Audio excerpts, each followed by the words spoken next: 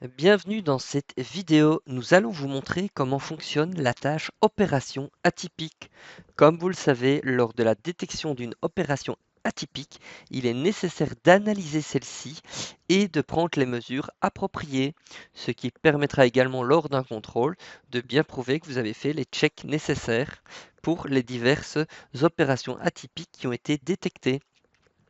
Premièrement, il est important de comprendre que cette tâche a un niveau de sensibilité confidentiel, ce qui veut dire que selon le profil de sécurité d'un collaborateur, il aura accès ou n'aura pas accès à cette tâche. Comment vérifier cela? Tout d'abord, on va dans le menu Tâches, Paramètres des tâches, on sélectionne Opération atypique et vous retrouvez alors Niveau de sensibilité 3. Vous pouvez alors vérifier ensuite les profils de sécurité via le menu plus, profil de sécurité, ou plus rapidement, cliquez directement sur profil de sécurité. Vous remarquez alors que nous avons les différents droits qui sont voir les tâches niveau 2 et niveau 3, et vous pouvez ensuite contrôler selon l'accès, avancé ou basse, qui a accès à quelle tâche. Alors, comment démarrer la tâche? Il existe deux possibilités pour démarrer la tâche. Soit vous avez accès à cette tâche et via la fiche client, vous pouvez simplement ajouter une tâche, ou alors, je vais passer sur le login d'Esmeralda. Voilà, nous sommes connectés sur le login d'Esmeralda et Esmeralda n'a pas tous les accès. Elle n'a par exemple pas accès à la facturation. Esmeralda ne peut pas démarrer la tâche opération atypique parce qu'elle n'a pas accès à cette tâche. Néanmoins, il est nécessaire qu'elle puisse démarrer cette tâche puisqu'elle est la collaboratrice qui travaille dans le dossier. C'est pour ça qu'il existe une deuxième méthode pour démarrer la tâche, c'est via l'upload de la déclaration d'une opération atypique. Comment fait-on pour générer ce document? On va dans la catégorie de documents légal. On sélectionne alors générer à partir d'un modèle et on sélectionne opération atypique. Nature de l'opération, c'est transaction avec pays sanctionné. On va mettre avec un pays sanctionné. La date de l'opération, c'est le 13 du 2 2024. Un montant, il y a eu 13 000 euros, par exemple. Et élément ou information ayant donné lieu à cette notification, c'est pays sanctionné, qu'on a remarqué que la transaction était faite avec un pays sanctionné. On fait suivant. Le collaborateur peut alors télécharger en Word s'il veut encore modifier ou en PDF. Je clique pour télécharger en PDF. J'enregistre. Et alors là, le collaborateur, il a deux possibilités. Soit il veut faire ça de manière anonyme, il va imprimer le document et aller le mettre dans l'espace qui est prévu au niveau de la fiduciaire pour transmettre ce genre d'informations, c'est-à-dire sur le bureau de la Melco, dans une boîte ou autre. Ou alors, s'il ne veut pas le faire de manière anonyme, il peut simplement venir importer le fichier. La Melco, si ça a été fait de manière anonyme, scannera le document et le réimportera. Grâce au code QR, il est automatiquement reconnu. On peut ensuite valider le document. Dans le menu tâches, vous voyez qu'on ne voit pas de tâche opération atypique puisque Esmeralda n'y a pas accès. Si nous repassons sur le login du responsable, vous allez voir alors que automatiquement la tâche opération atypique apparaît. Donc la tâche a automatiquement été démarrée grâce à l'upload du document. Alors, passons en revue les différentes étapes.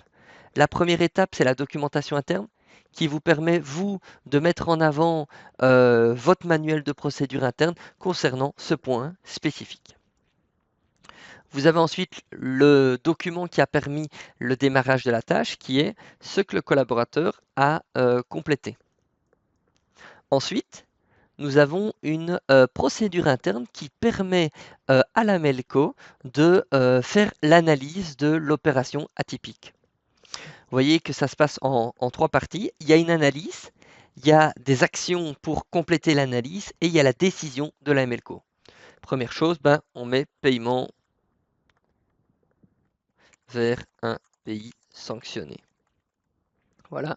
Ensuite, on vient indiquer si c'est une opération atypique, un comportement atypique ou une autre situation.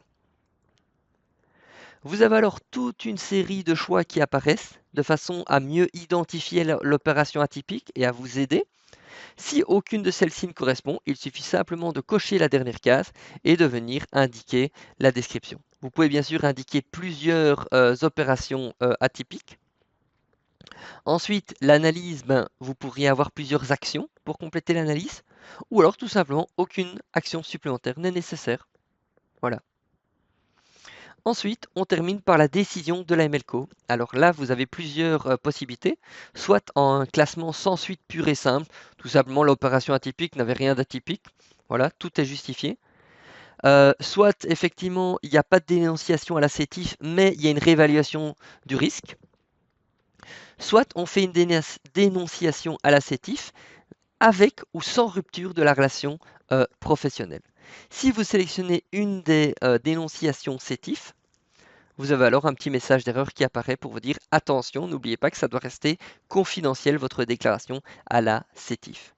Dès que vous avez fini l'analyse, vous pouvez verrouiller. Automatiquement, l'étape devient verte et on peut continuer. Soit les informations, on a reçu ou travail en cours ou ah non, ici c'était pas nécessaire.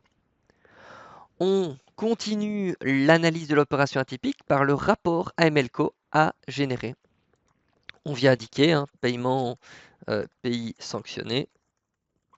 On vient indiquer les différentes informations. On coche, on complète. Et une fois, est-ce que le doute est levé? Oui. Déclaration assertive? Non, par exemple. On fait suivant et vous avez votre document qui est pré-complété. Vous sélectionnez la personne qui doit signer. On démarre alors une procédure signature. Et si la personne qui génère le document est connectée, elle peut directement signer. Voilà. Et alors, on peut venir signer et on valide la signature. Voilà, le rapport AMLCO est fini. Vous allez remarquer que dans le menu tâches, il y a toujours la tâche qui est apparente, ce qui veut dire qu'elle n'est pas clôturée. Pourquoi? Parce que vous avez encore l'étape envoi déclaration à la CETIF, mais surtout, à chaque fois qu'il y a une opération atypique, vous devez vous poser la question de est-ce qu'une réévaluation du risque est nécessaire? On peut alors générer directement la fiche de détermination du niveau de risque, formulaire que vous connaissez très bien avec tout. Est-ce qu'on veut compléter l'annexe explicative? Oui. Et là, on a beaucoup plus de questions qui apparaissent. Voilà. Ensuite, par exemple, si ce n'est pas nécessaire, vous pouvez simplement indiquer pas nécessaire.